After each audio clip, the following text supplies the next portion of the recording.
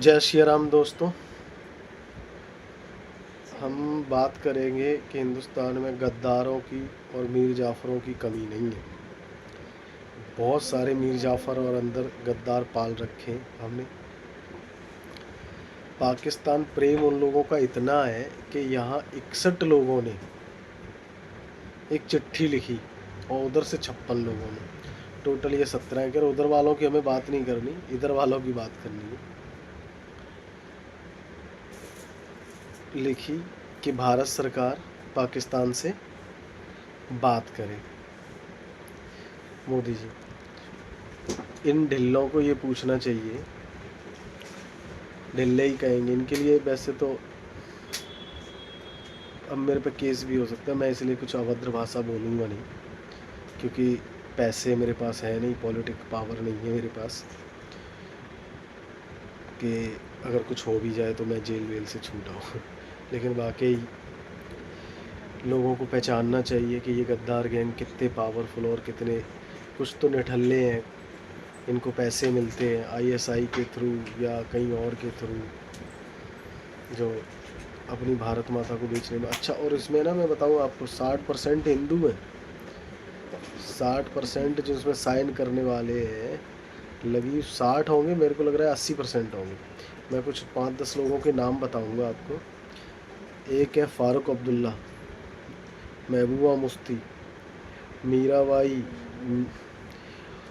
और मणिशंकर अय्यर, और एक आरजेडी का नेता है, पता नहीं क्या झा नाम है उसका, वो है। ठीक है, ये सब लोग हैं।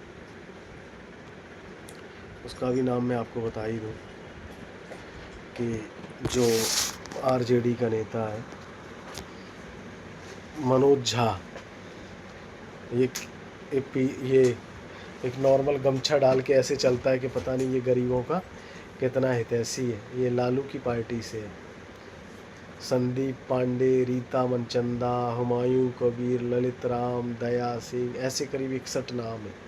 आप सोचो, ये गूगल पे बच्चों को बताओ, सबको बताओ कि ये देश के गद्दार हैं, जहाँ कहीं भी ये लोग मिले। अभी हमारा ऑपरेशन सिंदूर ऑन गोइंग है, पहलगांव की विधवाओं, मतलब। और इसमें एक सबसे बड़ा खूब नाम मैं बोलना भूल गया, एस दुलत, ये रॉ चीफ रह चुका है 1999 और 2000 तक। मतलब इसको सारी चीज़ें पता होती हैं कि पाकिस्तान किस तरह काम करता है। ये सबसे बड़ा सपोला है। ऐसे लोग, मतलब मीर जाफ़र कहना या किसी और से तुलना करना बहुत कम है आज के भारत में। और साइन कर रहे हैं, तब कि अभी तो मोदी सरकार को सिर्फ 12 साल हुई हैं। 12 साल में पाकिस्तान की यह हालत है कि उसकी इकोनॉमी ख़राब, अफ़गानिस्तान से पिट रहा है। ठीक है, आए दिन वहाँ धमाके हो रहे हैं, गिलगित बलूचिस्तान वाले लोग इसकी ठीक से लगा रहे हैं, खाने को नहीं है। अब इनकी क्यों फटी है कि हम पानी नहीं दे रहे। इस साल 40% के करीब ना बारिश कम होने वाली है, तो पानी मिलेगा नहीं। इनकी फसल तबाह हो चुकी है, पता नहीं कितने टन गेहूँ, चावल और गेहूँ का उत्पादन कम होने वाला है।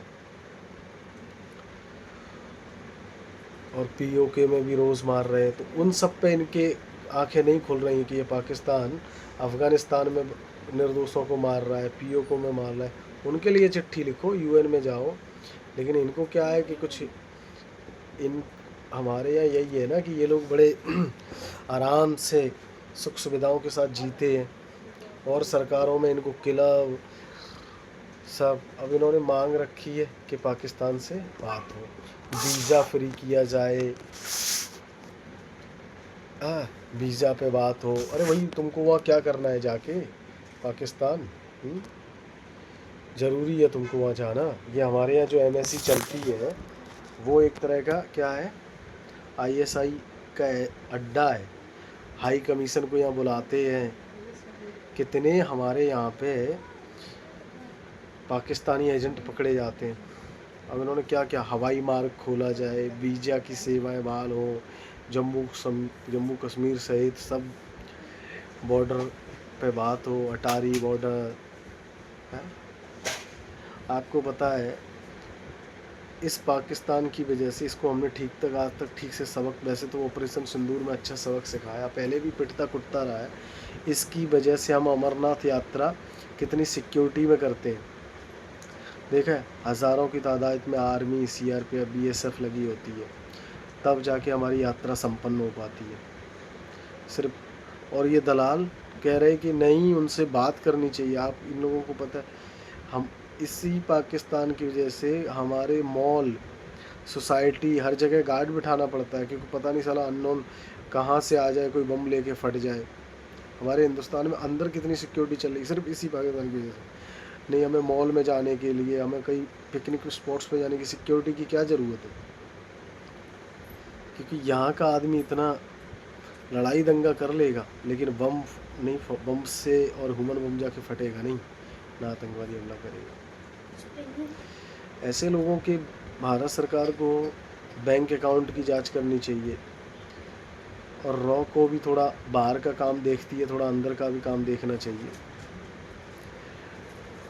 अब पाकिस्तान की लगी पड़ी है, इधर वहाँ रूस से S-400 की अफ़गानिस्तान की डील हुई थी, तब अजीत डोभाल उधर थे। इधर अभी कल परसों जापान की मुख्यमंत्री आज आई हुई हैं, तो चाइना भी परेशान है। मोदी जी अलग ही फ्रंट तैयार कर रहे हैं, और ये लोग अपने ही धुन में लगे रहते हैं। कभी इन महबूबा मुफ्ती ने या फारूक अब्दुल्ला ने, ये सुप्रीम कोर्ट ने अभी इनकी सरकार बनवा दी चुनाव करके, कभी वहाँ जितने मंदिर टूटे हैं, जितने हिंदू गए हैं, उनके बसाने की बात की, और वहाँ ये ढाई, इनको अलग ही मज़ा है। इन दलालों को सही बताएं, इन गद्दारों को, और ये वो गद्दार हैं जो सरकारी टैक्स पेयर के पैसे से पल रहे हैं। कोई राज्यसभा सांसद है, तो कोई कुछ है, कुछ थके हारे पत्रकार हैं। Thank you.